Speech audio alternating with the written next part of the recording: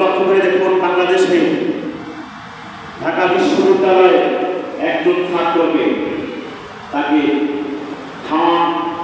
ভাত খাওয়ানোর উদ্দেশ্য করে সেই ঢাকা বিশ্ববিদ্যালয়ের ছাত্রকে পিটিয়ে হত্যা করেছে নরপশুরা। ছাত্রকে হত্যা করেছে। বলেন তো তারা সুশিক্ষায় কি শিক্ষিত হয়েছে? কথা বলেন, শিক্ষায় শিক্ষিত হয়েছে?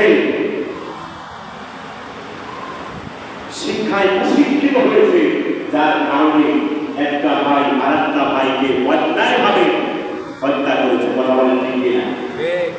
আমরা চাই না আমাদের সন্তানরা ঢাকা শহরে যাবে, লেখাপড়া করবে, নির্বিঘ্নে লেখাপড়া চালিয়ে যাবে, সুশিক্ষায় শিক্ষিত হবে, কিন্তু আমাদের সন্তান সন্ত্রাস হোক, আমরা এটা চাই না। কথা বলেন ঠিক কিনা?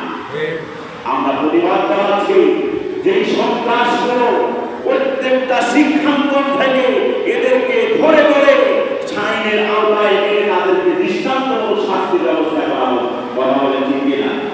আমরা চাই কি চাই না? ওখানে আপনার সন্তান লেখাপড়া করবে, আমার সন্তান লেখাপড়া করবে, উনি আসবে না আসবে খুব মায়ের খুব খালি হয়ে যাবে।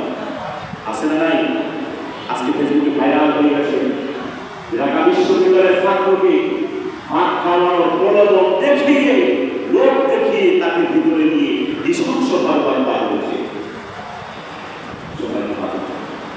আল্লাহ সুবহানাহু ওয়া তাআলার কাছে আমরা কামনা করছি সুশিক্ষায় শিক্ষিত হয়ে মানুষের জীবন যেন কমপ্লিট লাইফ গঠন করতে পারে। কারণ সুশিক্ষায় শিক্ষিত হওয়া মানে কোরআনের শিক্ষায় শিক্ষিত হওয়া। কি হয়? আর Quran is the complete product life. Quran হচ্ছে মানুষের জীবন ব্যবস্থা। কমপ্লিট লাইফ গঠন করতে হলে কোরআনের বিকল্প কোনো কিতাব নাই।